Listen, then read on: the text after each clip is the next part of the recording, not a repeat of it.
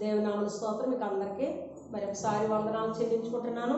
గతించిన ఆదివారం నుంచి ఈ ఆదివారం వరకు దేవుడు తన సజీవమైన రెక్కల కింద భద్రపరుచుకుని మనల్ని అందరినీ క్షేమంగాను ఆరోగ్యంగా సజీవులు ఉంచిన దేవాది దేవునికి వందనాలు. పోయిన ఆదివారం మనం లైవ్లో ఈ కార్యక్రమం పెట్టలేదు కొన్ని పరిస్థితుల వల్ల. మరి ఈ దినాన్ని మరలా మీ మధ్యలోకి రావడానికి, మీ అందరికీ వాక్యాన్ని అందించడానికి దేవుడు ఇచ్చిన ఈ గొప్ప భాగ్యమును బట్టి దేవాది దేవునికి వందనాలు చెల్లించుకుంటున్నానండి. చిన్న ప్రార్థన చేసుకుందాం. మహాపరిశుద్ధుడైన పరలోకమందున మా తండ్రి, నీ ఘనమైన ఉన్నతమైన శ్రేష్టమైన గొప్ప నామం కొరకు వందనాలు ప్రభువా. నాయన ఇదిగో తండ్రి, నాయన ఇంతవరకు కొన్ని విషయాలు మాట్లాడటం జరిగింది. నాయన బిడ్డలందరితో కలిసి ఈ క్రిస్మస్ ఆరాధనలో కొన్ని విషయాలు నీ పుట్టిన దినం గురించి మాట్లాడాలి, తెలుసుకోవాలని ఆశతో ఎదురు చూస్తున్నాం. నాయన బిడ్డలందరినీ బలపరచండి. నా నోటికి నీ వాక్కు నుంచి మాట్లాడండి ప్రభువానికి వందనాలు. మా మధ్యలో మీరున్నారు ప్రభు, ఆశీర్వాదాలు మీకు వచ్చారు, మీకు వందనాలు తండ్రి. అయినా ఈ మాటలు ఆయా ప్రాంతాల, ఆయా రాష్ట్రాల, ఆయా జిల్లాల, ఈ దేశాలలో ఉన్న ప్రతి బిడ్డ కూడా నాయన తండ్రి మాటలు విని తమ హృదయాలు తలపోసుకొచ్చు తండ్రి, నిన్ను స్తుతించి, నిన్ను కనపరిచి, నిన్ను మహిమపరిచే గొప్ప భాగ్యమును ప్రతి వారికి దయచేసి మహిమ ఘనత ప్రభావం పొందమని, విత్తబడిన మాటలు దుష్టుడు ఎత్తుకుపోకుండా హృదయాలు భద్రం చేసుకుని నాయన మేము నీ కొరకు జీవించే గొప్ప భాగ్యమును దయచేసి మహిమ పొందమని యేసు నామమున అడిగి వేడుకొంచున్నాను పరమ తండ్రి, ఆమేన్. దేవుని వాక్యంలోకి వెళ్ళే ముందు చూద్దాం. చూడండి, లోకాసు వార్త 2వ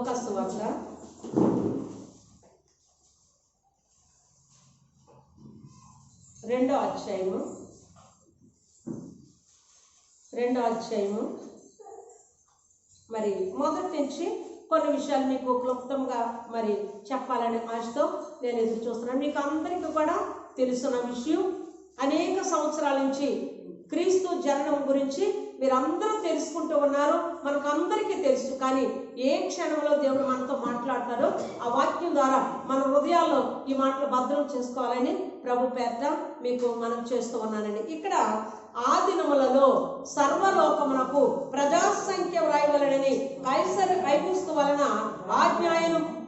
ఇక్కడ ఇది కురేనియు సిరియా దేశములకు అధిపతి ఉన్నప్పుడు జరిగిన మొదటి ప్రజాసంఖ్య.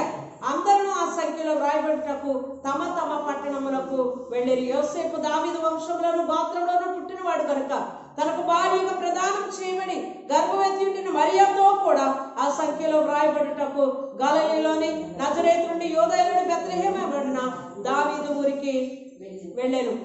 వారు అక్కడ ఉన్నప్పుడు ఆమె ప్రసవ దినములు నిండాను కనుక తన తొలిచూరు కుమారుని కని పొత్తి గుడ్డలతో చుట్టి సత్రముల వారికి స్థలము లేనందున ఆయనను పశువుల తొట్టిలో పరుండబెట్టెను.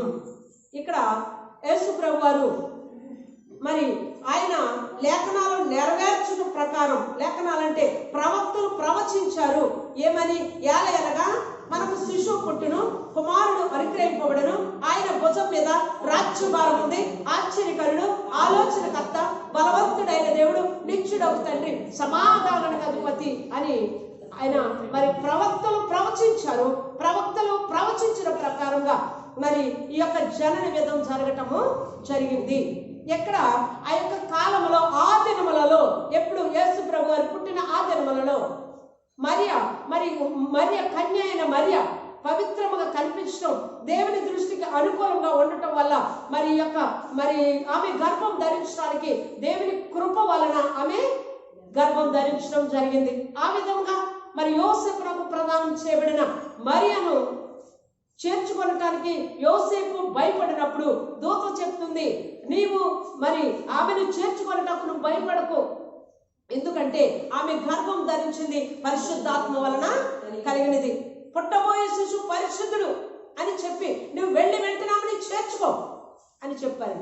చేర్చుకుని మరి ఆమె నెలలు కనే వరకు ఆమెను విడనాడక దగ్గర పెట్టుకుని ఉండేటట్టుగా మనం చూస్తున్నాం. అంతేకాదండి, మరి జనన సంఖ్యలు రాయటానికి పుట్టిన వెంటనే, అంటే నడుచుకుని మరి గుర్రాల మీద మరి గాడిదల మీద వెళ్ళేవారు. ఇది వరకు మనకంటే వాహనాలు అన్నీ ఉన్నాయి. ఇప్పుడు ఎప్పుడు వెళ్ళాలనుకుంటే కాసేపటికి వెళ్ళాలన్నా వెళ్ళిపోయే పరిస్థితులు మనకు ఉన్నాయి. కానీ అప్పుడు లేదు కనుక వారు బయలుదేరి వెళ్ళాలంటే నడిచి వెళ్ళాలి, లేకపోతే గాడిదల మీద గుర్రాల మీద వెళ్ళాలి కనుక ముందుగానే బయలుదేరి వెళ్ళేవారు. అలా వెళ్ళటంలో ఆ ఊర్లో ఉన్న సత్రాలు అన్నీ నిండిపోయి జనన సంఖ్య రాయించడానికి అనేక మంది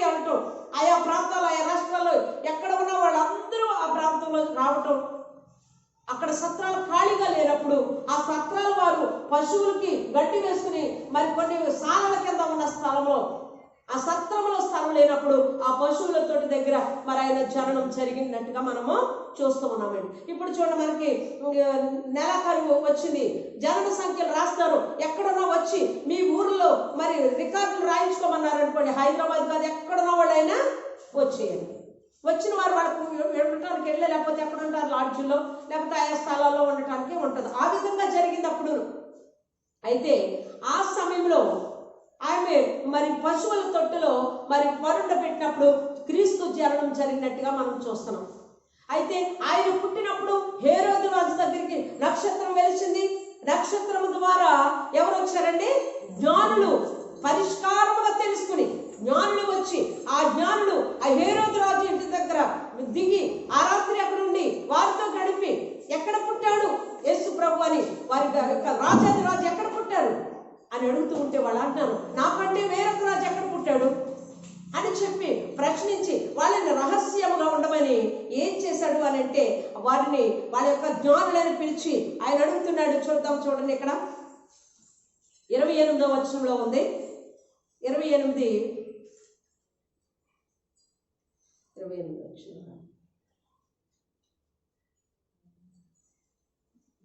మత్తయి సువార్త చూద్దాం. చూడండి, మత్తయి సువార్త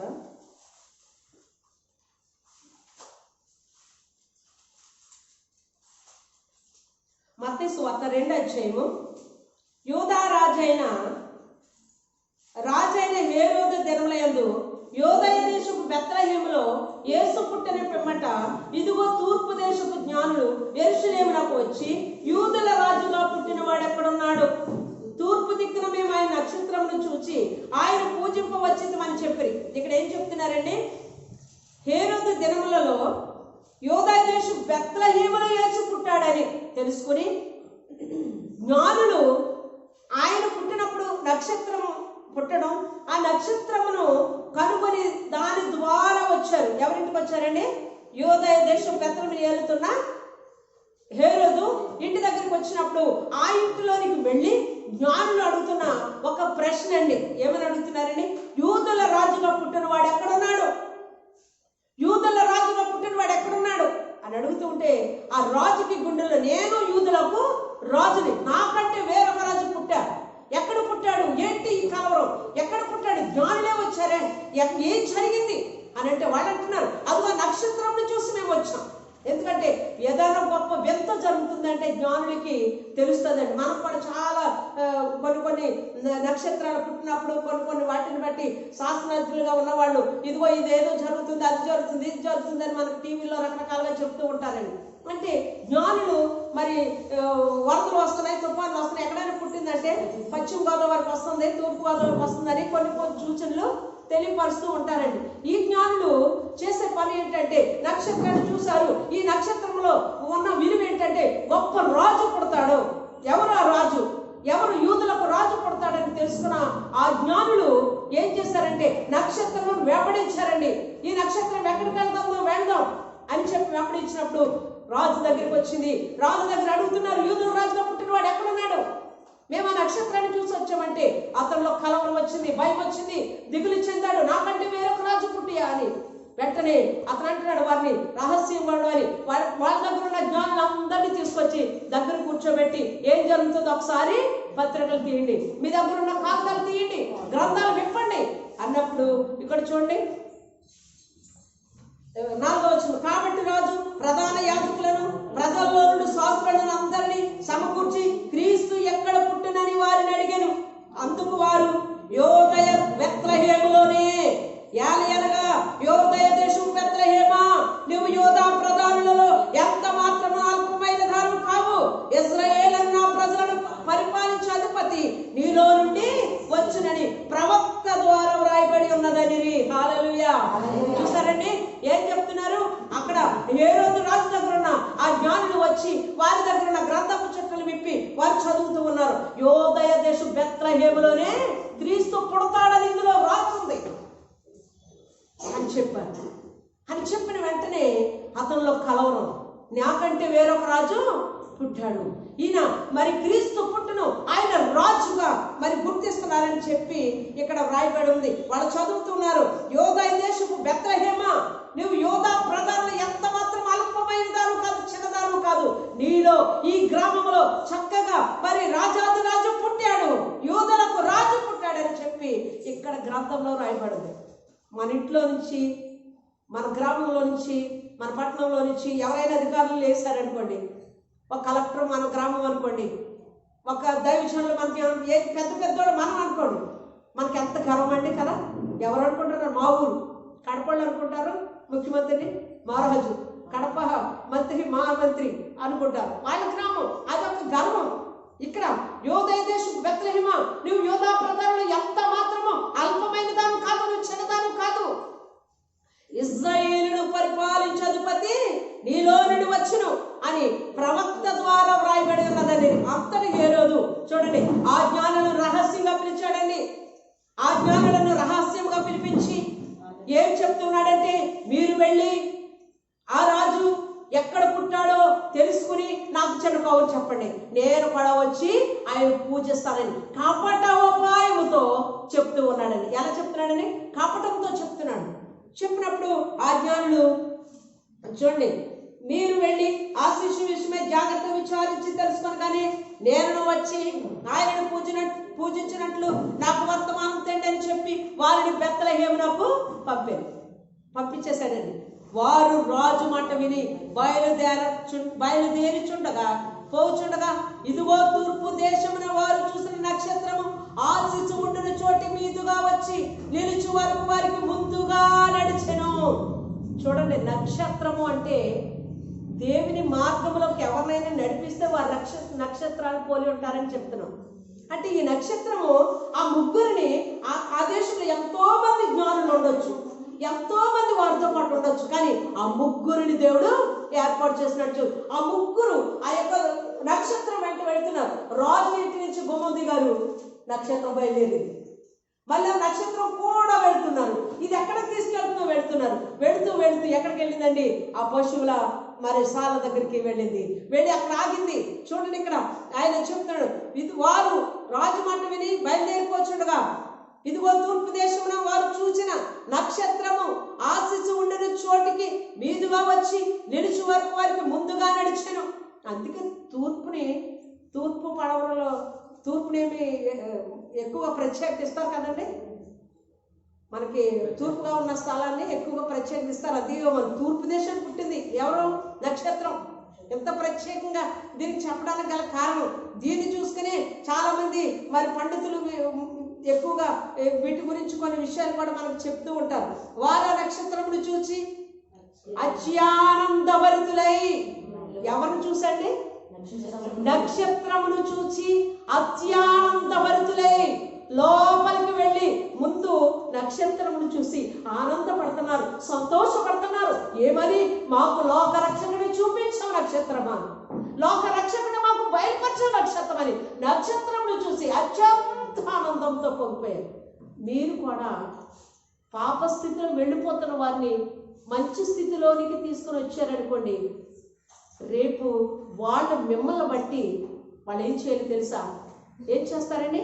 సంతోషపడతారు. నలిగిపోతాను, నన్ను పాతాళంలో కూలిపోతాను, నన్ను ఈ మార్గంలోకి నడిపించడానికి నాకు సహాయం చేస్తుంది నా సహోదరి, నా అక్క, లేకపోతే నా అన్నదమ్ములు, నా వాళ్ళందరూ నన్ను మంచి మార్గంలో నడిపించారని మరి సంతోషపడుతూ మరి ఆనందపడే మరి ఎంతో మంది ఉన్నారని, ఎంతో మంది ఉన్నారు. నన్ను మంచి మార్గంలో నడిపించారు, నా మార్గాల నుంచి నేను వెళ్ళే మార్గం సరైనది కాదని మంచి మార్గంలో నడిపించారని ఎంతో మంది సంతోషించేవారు ఉంటారు. ఇక్కడ నక్షత్రం చూసి ఈ ముగ్గురు జ్ఞానులు అత్యానందభరితులై సంతోషం అంతులేదండి, అంతులేదు. ఆనందం, ఎంత సంతోషం!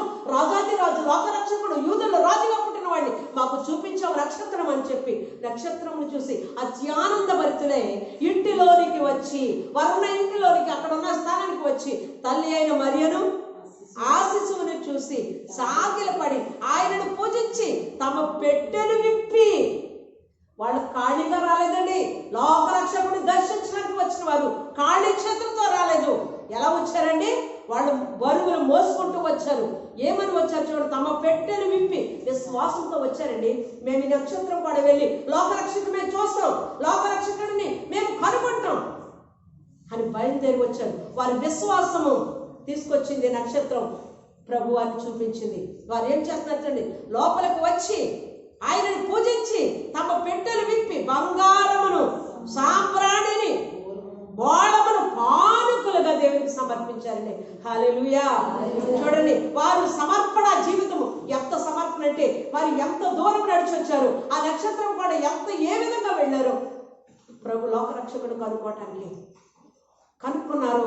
వారు అంతేకాదు అత్యానందభరితులైపోయారటండి ఆ నక్షత్రంను చూసి. అత్యానందభరితులే మరి పెట్టెలు విప్పి లోపలికి వెళ్ళి పెట్టెలు విప్పి బంగారం సాంబ్రాణి బోళమును ఆయనకు సమర్పించి కానుకలుగా సమర్పించింది. తరువాత హేరోదునకు సమర్పించి వాళ్ళు బయలుదేరుతూ ఉన్నారండి. బయలుదేరుతూ ఉన్న సమయంలో దూత వచ్చింది. దూత వచ్చి చెప్తుంది, మీరు మాత్రం హేరోదు దగ్గరికి వెళ్ళొద్దు, మీరు వేరొక మార్గంలో వెళ్ళిపోండి, ఆ మార్గంలో వెళ్ళొద్దు. ఎందుకంటే ఆ మార్గము మంచిది కాదు, ఆ మార్గము సరైనది కాదు. మీరు అక్కడికి కనుక వెళితే, ఆ మార్గం దగ్గరికి వెళితే అక్కడ మీకు జరగబోదు ఏంటంటే అపాయము జరుగుతుంది. ఏంటి అపాయం అంటే, ఆ బిడ్డని చంపడానికి వాడు సర్వ ప్రయత్నాలు చేస్తూ ఉన్నాడు కనుక మీరు ఆ మార్గంలో వెళ్ళొద్దు, అక్కడికి వెళ్ళొద్దు, మీరు వేరొక మార్గంలో వెళ్ళిపోమన్నాడు. దేవుని మాట విని వేరొక మార్గంలో వెళ్ళిపోయినట్టుగా చూస్తూ ఉన్నాం. అప్పుడు అంటున్నాడు అతను, ఈ జ్ఞానులు నన్ను మోసం చేశారు, నన్ను అపహాస్యం చేశారు, నాకు ఈ వార్త చెప్పకుండా వాళ్ళు వెళ్ళిపోయారని చెప్పి అక్కడ ఒక పన్నాగం పన్నాడండి. చూడండి అక్కడే ఉంది. హేరోదు 12వ వచనం, తర్వాత హేరోదు వద్దకు వెళ్ళవద్దని స్వప్నమందు దేవుని చేత బోధింపబడిన వారు మరి ఒక మార్గమున తమ దేశమునకు తిరిగి వెళ్ళారు. వారు వెళ్ళిన తర్వాత ఇదిగో ప్రభుత్వ స్వప్నమందు యోసేపునకు ప్రత్యక్షమై హేరోదు ఆ శిశువును సంహరింపవాలని వెతకబోచున్నాడు కనుక నీవు లేచి ఆ శిశువును అతనిని వెంట పెట్టుకుని ఐగుప్తునకు పారిపోయి. ఎక్కడికి వెళ్ళిపోవాలి? ఐగుప్తునకు పారిపోండి. ఎందుకంటే అతడు కుట్రాలోచన చేస్తున్నాడు. 2 ఏళ్ల నిండిన పిల్లల్ని అందరినీ చంపమని ఆజ్ఞ జారీ అయింది. ఎలాగండి? 2 సంవత్సరాలు నిండిన పిల్లల్ని చంపమని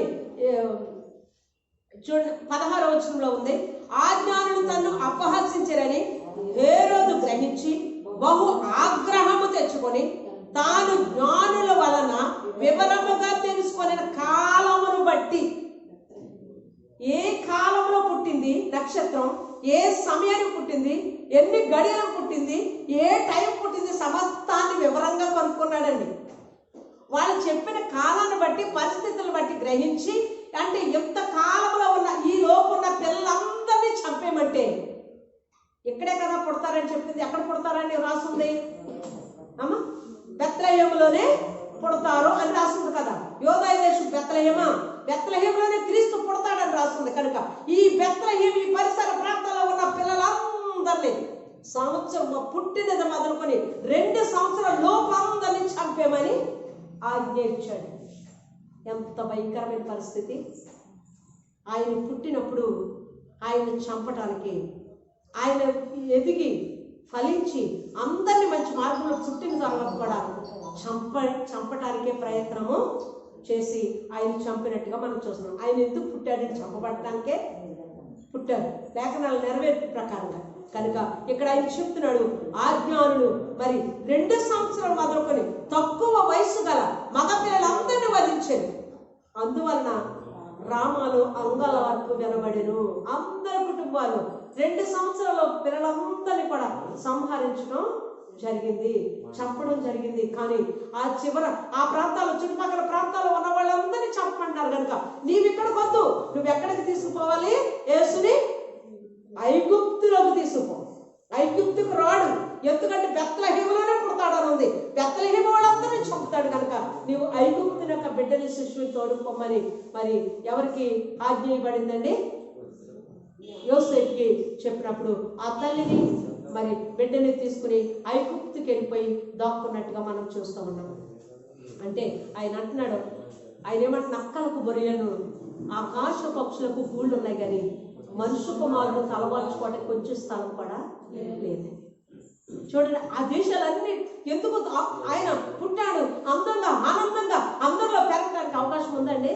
లేదు, పారిపోవలసిన పరిస్థితి. ఎందుకు? అందుకే చెప్తున్నాడు, ఆకాశ నక్కలకు గొర్రెలను ఆకాశ పక్షులకు గూళ్ళు కలగని మనుషు కుమారుడిగా పుట్టిన యేసుకి తలవాల్చుకోవటానికి స్థలం లేదని. ఇప్పుడు మనం అందరం కూర్చున్నాం, దేవుని పేరుతో ఉన్నాం. అనేక మందిని దేవుడు సర్వలోక ప్రపంచంలో ఉన్న ప్రపంచ జనాంగాన్ని అందరినీ కూడా ఆయన పిలుస్తూ ఉన్నాడు. కానీ పిలిచిన అందరూ కూడా ఆయనకు హృదయం ఇస్తున్నారా?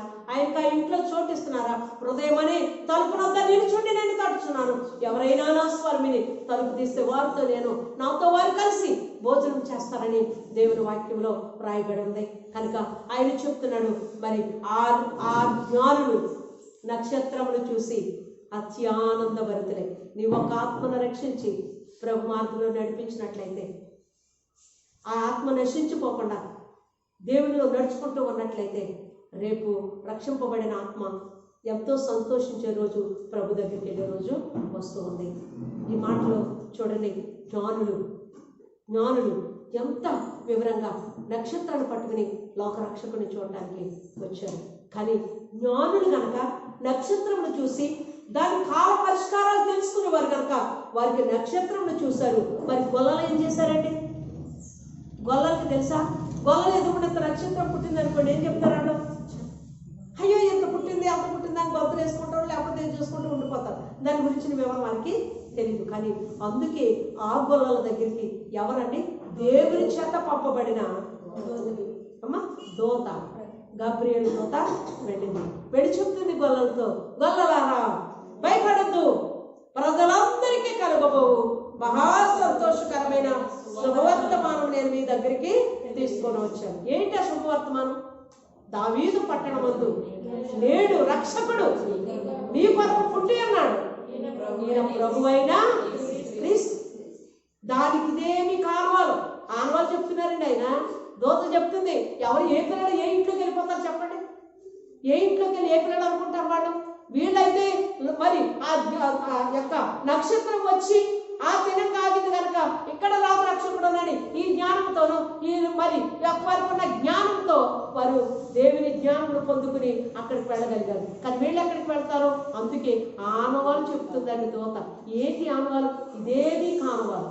ఒక శిశువు పొత్తి గుడ్డలతో చుట్టబడి, చూడండి చదవండి అది. ఒక శిశువు పొత్తి గుడ్డలతో చుట్టబడి ఒక తొట్టెలో పండుకొని మీరు చూచుదరని వారితో చెప్పారు. చూడండి, ఒక శిశువు పొత్తి గుడ్డలతో చుట్టబడి ఒక తొట్టెలో పండుకొని ఉండుట మీరు చూస్తారు. అలా చూసినప్పుడు అది ప్రభు వారని, లోక రక్షకుడని మీరు నమ్మి ఆయన చూసిరండి అని చెప్పినప్పుడు ఇక్కడ చూద్దాం. చూడండి, పండుకొని ఉండటం మీరు చూసేద్దరని వారితో చెప్పారు. వెంటనే పరలోక సైన్య సమూహము ఆ దూతతో కూడా నుండి, దూత ఒక్కటే రాలేదండి, ఎంతమంది వచ్చారట? పరలోక సైన్య సమూహం వచ్చారట. ఎవరి దగ్గరికి? జ్ఞానుల ఎవరి దగ్గరికి వెళ్ళినప్పుడంటే గొర్రెల కాపరం దగ్గరికి వెళ్ళి మరి అక్కడ దూతతో కూడా ఉన్న సైన్య సమూహం అక్కడ దేవుని స్తుతిస్తూ ఆ దూతతో కూడా అంటున్నారంట, సర్వోన్నతమైన స్థలములలో దేవునికి మహిమయు ఆయనకి ఇష్టలైన మనుషులకు భూమి మీద సమాధానము కలుగునుగాక అని దేవునికి స్తోత్రము చేయించుండెను. ఎవరు చేస్తున్నారండి ఇవి? గబ్రియల్ దూతతో వచ్చిన సైన్య సమూహం అంతా కలిసి దేవుని స్తుతిస్తున్నారు. సర్వోన్నతమైన స్థలములలో దేవునికి మహిమయు ఆయనకి ఇష్టలైన మనుషులకు భూమి మీద సమాధానం కలుగుతుందని చక్కగా ఆయన స్తుతిస్తున్నారు, కనపరుస్తున్నారు, ఆయన మహిమపరుస్తున్నారు. చూడండి, అప్పుడు ఆ దూతలు తమ యొద్ద నుండి పరలోకంలోకి వెళ్ళిన తర్వాత ఆ గొల్లల దగ్గర వారి దగ్గర స్తుతించి వెళ్ళిపోయారు. పరలోకానికి వెళ్ళిపోతున్నాయి దూతలు. వెళ్ళిన తరువాత ఇక్కడ చూడండి, గొర్రెల కాపరులు జరిగిన ఈ కార్యమును ప్రభు మనకు తెలియజేయించి ఉన్నాడు. ఎలాగండి జరిగినది? సంగతి అంతా ప్రభు మనకు తెలియజేశాడు. ఆయనే తెలియజేశాడు, ఆయనకే మనకి వర్తమానం పంపించారు అని చెప్పి వాళ్ళు సంతోషపడిపోతూ, చూడండి, మనము బెత్లెహేము వరకు వెళ్ళి చూద్దాము రండి అని ఒకరితో ఒకరు చెప్పుకొని త్వరగా వెళ్ళి మరియను యోసేపును తొట్టెలో పండుకొని ఉన్న శిశువు శిశువును చూచిరి. వారు చూచి ఈ శిశువును గూర్చి తమతో చెప్పబడిన మాటలు ప్రచురము చేసిరి. ఏం చేశారండి? వెంటనే వచ్చారు. దూతలు ఎప్పుడైతే వెళ్ళిపోయాయో వారు ఒకరితో ఒకరు చెప్పుకున్నారు, నడినే మన బెత్లెహేముకి వెళ్దాం. అయితే ఆ శిశువును పొద్దుబడులతో చూచబడిన ఆ శిశువును చూసి మనము ఆయనకు నమస్కారం చేసుకుని ఆయన పూజించి వద్దాం, నడవండి అని చెప్పి ఒకరికి ఒకరు వారి సంఖ్యలు చేసుకుని వెళ్ళినట్టుగా మనం చూస్తూ ఉన్నాడు. గొర్రెల కాపరులు తమతో చెప్పబడిన, ఎలాగండి? దూతలు చెప్పాయి కదండి. ఎవరు చెప్పారు? దూత చెప్పింది. దూత చెప్పిన మాట ఏం చెప్పింది? గొర్రెల కాపరులు తమతో చెప్పిన సంగతులను గూర్చి విన్నవారందరూ మిక్కిలి ఆశ్చర్యపడిరి. దూత ఏ విధంగా చెప్పిందో, మీరు ఏ విధంగా వెళ్ళి ఆ శిశువును చూసి ఆయన ఏ విధంగా మహిమపరుస్తున్నారు, ఇవన్నీ ఎదురుపడ్డ వాళ్ళందరికీ చెప్తున్నారు, మేము ప్రభుని చూసాం. దూత వచ్చి మాకు చెప్పింది, లోకరక్షకుడు పుట్టాడు, రండి మీరు కూడా వెళ్ళి చూడండి అని చెప్పుకుంటూ వెళ్తుంటే విన్న వాళ్ళందరికీ కూడాను ఏమైందంటే ఆశ్చర్యమైంది. గొర్రెలు కాసుకుని నీకేం తెలిసేలేదు అని అనలేదండి. అన్నారా? అనలే. వాళ్ళ మాటలు విని హృదయంలో వారు ఎంతో సంతోషపడిపోయినట్టుగా మనం చూస్తాం. అయితే మరియా ఆ మాటలన్నీ తన హృదయంలో తలపోసుకొనుచు భద్రము చేసుకొనేను. అంటే నేను బిడ్డని కన్నాను, అబ్బా నేను ధన్యురాల్ని, నాకేంటి అని ఆమె గర్వపడిపోలేదండి. లోకరక్షకుడికి జననమిచ్చానని ఆమె గర్వపడిపోలేదు. ఏం కాదు. కానీ వీళ్ళొచ్చి దేవుని జ్ఞానులు వచ్చారు, బంగారు సాంబ్రాన్ని బాణాలు అర్పించి పడుతుంటే ఆ మాటలు హృదయంలో పెట్టుకుంది. ఇక్కడ వీళ్ళు చెప్పే ప్రతి మాటను హృదయంలో తలపోల్చుకొనుచు దేవుణ్ణి స్తుతిస్తూ ఉంది. నేను కుమారుని కన్నానని కాదు, కానీ దేవుణ్ణి స్తుతిస్తుంది. నా కడుపుని దేవుడు పుట్టాడు కనుక ఆ దేవుడికి నేను కూడా నమస్కారం చేయాలి, నేను ఆ దేవుడిని పూజించాలి, ఆ దేవుడి మాటలు నేను వినాలి, ఆ దేవుని ప్రకారంగా నడుచుకోవాలని ఆశతో ఈ మాటలన్నీ కూడా హృదయంలో భద్రము చేసుకోలేను. అంతటా ఆ గొర్రెల కాపరులు తమతో చెప్పబడినట్టుగా తాము విన్న వాటిని ఏం విన్నారండి? అమ్మ ఏం విన్నారు? దూత చెప్పిన మాటలు విన్నారు. విన్న వాటిని తర్వాత చూడండి అమ్మ, విన్న వాటిని కన్న వాటిని ఏం చేశారు? చూశారు కదా, వచ్చి చూశారు, అవన్నీ కనుక్కున్నారు. వాటన్నిటిని గూర్చి దేవుని మహిమపరచుచు స్తోత్రము చేయుచు తిరిగి వెళ్ళిరి. హల్లెలూయా, హల్లెలూయా. ఇక్కడ మనకి ఒక గొప్పగా జ్ఞానులు, సమస్త జ్ఞానం కలిగిన జ్ఞానులు నక్షత్రమును చూసి, నక్షత్రము కూడా మరి పరిష్కారముగా తెలుసుకుని ప్రభువును కనుగొన్నారు. ఇక్కడ జ్ఞానులు కాదు, ఇక్కడ గొర్రెలు కాచుకుంటున్న గొల్లలకు ప్రభు దూత సైన్యముతో వెళ్ళి ఈ శుభవర్తమానం వాళ్ళకి చెప్పినప్పుడు వాళ్ళు కన్న వాటిని విన్న వాటిని వారికి తెలిసిన వారికి వారి దారి వెంట వెళుతున్న వారందరికీ చెప్పుకుంటూ దేవుని స్తుతించుకుంటూ పాటలు పాడుకుంటూ లోకరక్షకుడు పుట్టాడు, క్రీస్తు నేడు పుట్టిన. అందుకే మనం కోరస్ ఇలాంటివన్నీ ఎందుకు చేస్తారంటే అండి, తెల్లవారుజాముని తిరిగి ఎందుకు అంటే ఈ జ్ఞానులు ఈ యొక్క గొల్లలో వాళ్ళు కన్న వాటిని విన్న వాటిని అందరికీ చెప్పుకుంటూ ఆయన మహిమపరుచుకుంటూ వెళ్ళినట్టుగా చూస్తున్నాం. అంటే క్రీస్తు నేడు పుట్టెను హల్లెలూయా అని చెప్పుకుంటూ వెళ్తున్నాం. మరి ఈ యొక్క కార్యక్రమం ఎందుకు ఎక్కువగా చేస్తారంటే ఈ విధంగా వాడు చేశారు. ఆ యొక్క గొల్లలో తమ విన్నవాటిని కన్నవాటిని ప్రజలందరికీ తెలియపరచు. విన్నవారందరూ కూడా మనమందరం పాటలు పాడుకుని వెళ్తుంటే తెలియని వాడు కూడా అలా నిలబడి చూస్తాను. క్రీస్తోళ్ళు యేసు ప్రభువుకు సంబంధించిన వాడు పాటలు పాడుకున్నారు కేసులో అనుకుంటారు, ఏదో చెప్పుకుని ఆ పక్కనే వెళ్ళిపోతారు. ఆ రోజైనా ఆ మాటలు వింటారనే ఆశతో ఈ యొక్క కార్యక్రమాలు చేస్తూ ఉంటారండి. ఇక్కడ ఏ విధంగా అయితే తల్లి, జన్మనిచ్చిన తల్లి మరియ హృదయంలో ఈ మాటలన్నీ భద్రం వచ్చి వాళ్ళు అందరూ పడేస్తూ ప్రభు లోకరక్షకుడు పుట్టాడు అంటుందని ఆ మాటలన్నీ ఎక్కడ భద్రం చేసుకుంటుందండి? హృదయంలో భద్రం చేసుకుంటుంది, హృదయంలో భద్రం చేసుకుంటుంది. దూత వచ్చి చెప్పినప్పుడు మరియాను గర్భవతి అవుతాం అన్నప్పుడు ఆ మాటలు కూడా దాచుకుంది. లోకరక్షకుడికి జన్మ ఇచ్చింది, ఇప్పుడు దాచుకుని రేపు ఆ మరణ దినాలు చూడటానికి సిద్ధపడుతుంది. అదే సమయంలో ఆ బిడ్డకి సున్నతి చేయి. మరి ఇక్కడ చూద్దాం, కిందకి 2 వచనాలు చూసి మనం ముగించుకుందామండి. 25 అధ్యాయము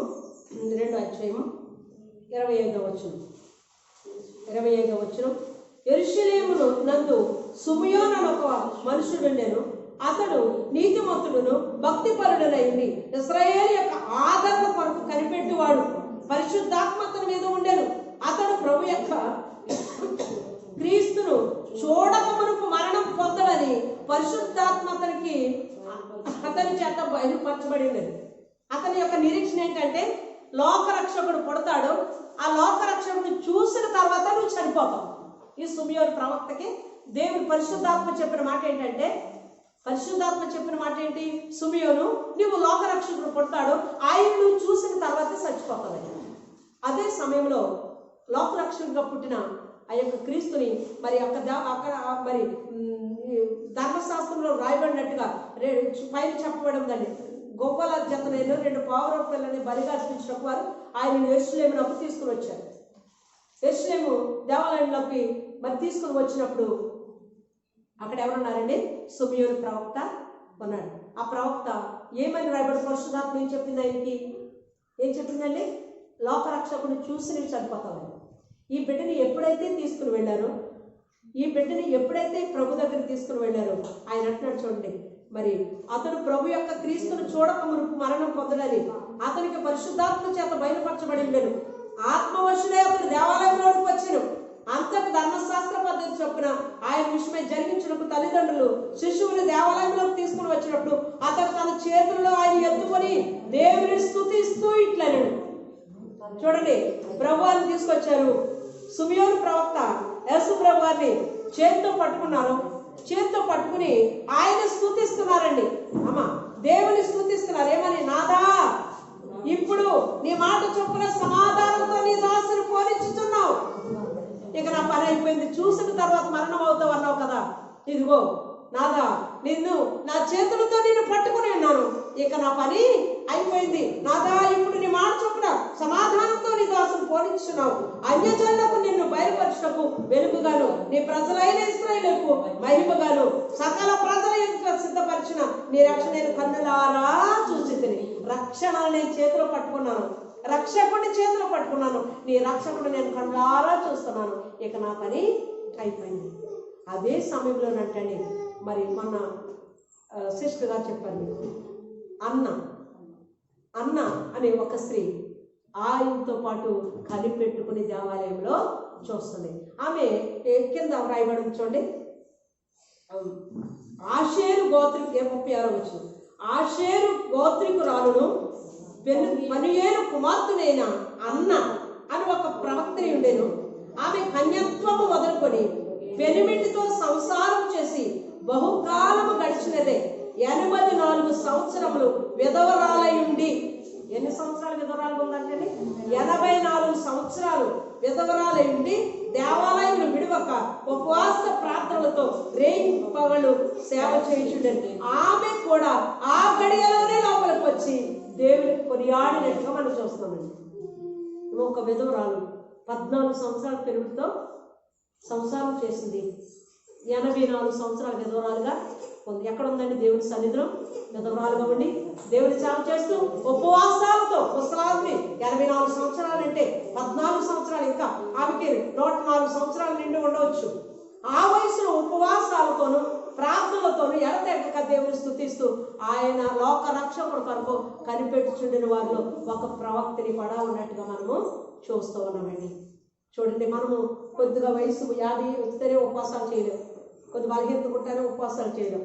కానీ ఉపవాస ప్రార్థనతో రేయి పగలు ప్రభు కొరకు కనిపెట్టిన ఒక ప్రవక్తని కూడా మనము చూస్తూ ఉన్నాం.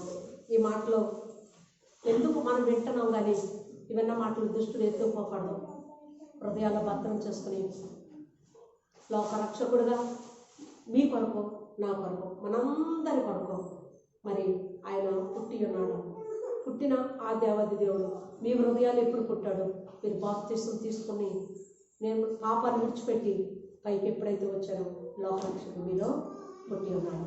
పుట్టిన లోకరక్షకుని మనం విడిచిపెట్టగా ఆయన గట్టిగా పట్టుకుని మన హృదయాలు భద్రం చేసుకున్నట్లయితే ఆయన ఎంతగానో మన పట్ల కృప చూపి మంచి మార్గంలో నడిపించడానికి ఆయన సంసిద్ధత కలిగి. అందుకే అంటున్నాడు, నీతిమంతుడు లేడు, ఒక్కడైనా లేడు, అందరిలో పాపం చేసి దేవుడు అనుగ్రహించిన మహిమను పొందలేకపోతున్నారని. కనుక మనం అందరము లోకరక్షకుని మన హృదయంలో జన్మించి మనం ప్రభు కొరకు కనిపెట్టినట్లయితే గొప్ప ఆశీర్వాదాలు దేవుడు పొందుకుంటారని దేవుడు మనం చేస్తాం. దేవుడి కొద్ది మాటలు తల్లి కూడా జీవించడం కాదు. చిన్న ప్రార్థన. మహాపరిశుద్ధాన్ని పొందడం తండ్రి, ఎత్తబడిన మాటలు దుష్టి ఎత్తుకోకుండా హృదయాల వల్ల చేసుకుని నీ కొరకు జీవించే గొప్ప ఆజ్ఞలు దయచేసి మహిమాంగంత ప్రభావం పొందని నైనా ప్రభా ఈ మాటలు ఆయా ప్రాంతాల రాష్ట్రాలు జిల్లాలు దేశాల్లో ఉన్న వీళ్ళందరూ వింటున్నారు.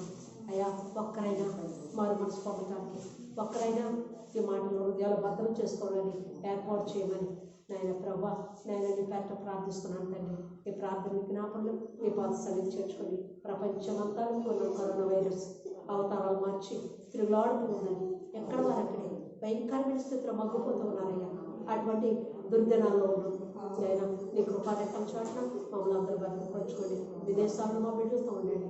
అయా నాయన తండ్రి నేను ఇప్పుడు వచ్చిన ఒక్కొక్క బిడ్డని పేరు పేరు చొప్పున మీరు దీవించి ఈ ఆశీర్వాదంతో మహిమ పొందమని నేను ఈ మాటలు దృష్టి ఎత్తుకోకుండా హృదయాల భద్రం చేసుకుని నీ కొరకు జీవించే గొప్ప కింద ఇచ్చామని నేను యేసు పరిశుద్ధ నామమున అడిగి వేడుకొంచున్నాను పరమ తండ్రి. ఆమేన్. ఆమేన్. అందరికీ వందనాలండి. ఈ మాటలు అనేక మందికి షేర్ చేయండి, వినిపించండి.